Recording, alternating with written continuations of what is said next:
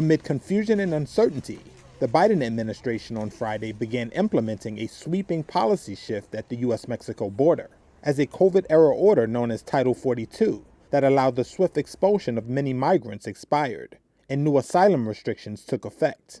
Facing concerns that the end of a 3-year-old order could strain U.S. border facilities to the breaking point, U.S. officials were keeping a close eye on the movements of migrants that had already reached record numbers in recent days. We got a robust plan in place to humanely manage the border through enforcement, deterrence, and diplomacy. White House Press Secretary Karine Jean-Pierre defended the plan at a press briefing on Friday. We've been very clear. We want a system that's humane, that's orderly. That's what the president said on the first day that he walked into this administration, putting forth a piece of legislation that is comprehensive. Several last-minute court actions added to questions about how President Joe Biden's reworked border strategy will play out, with advocates filing a legal challenge to the new asylum regulation as it was enacted. Though a chaotic race to U.S. border ports of entry on Thursday appeared to have given way to relative calm on Friday, there was a sense of confusion among some migrants.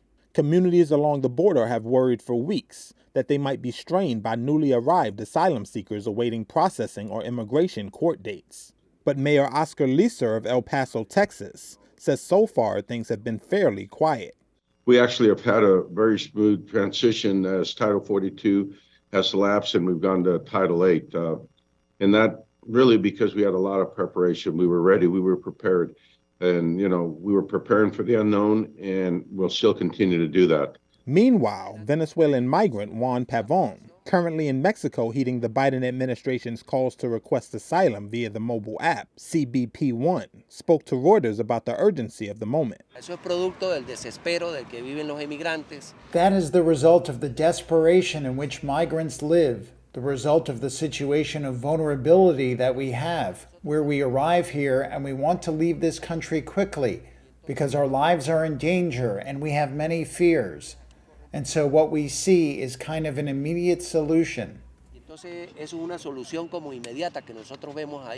Advocates argue the new regulation, put in place by Biden's Democratic administration to curb illegal crossings, resembles restrictions imposed by his Republican predecessor, Donald Trump, that they had successfully blocked in court. Tens of thousands of migrants this week waded through rivers and climbed walls and embankments onto U.S. territory.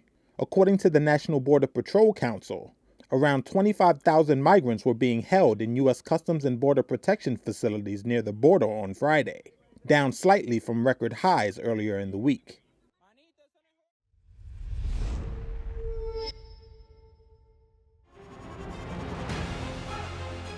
Email exchanges from inside the BBC, they talk about the risk of violating Indian laws.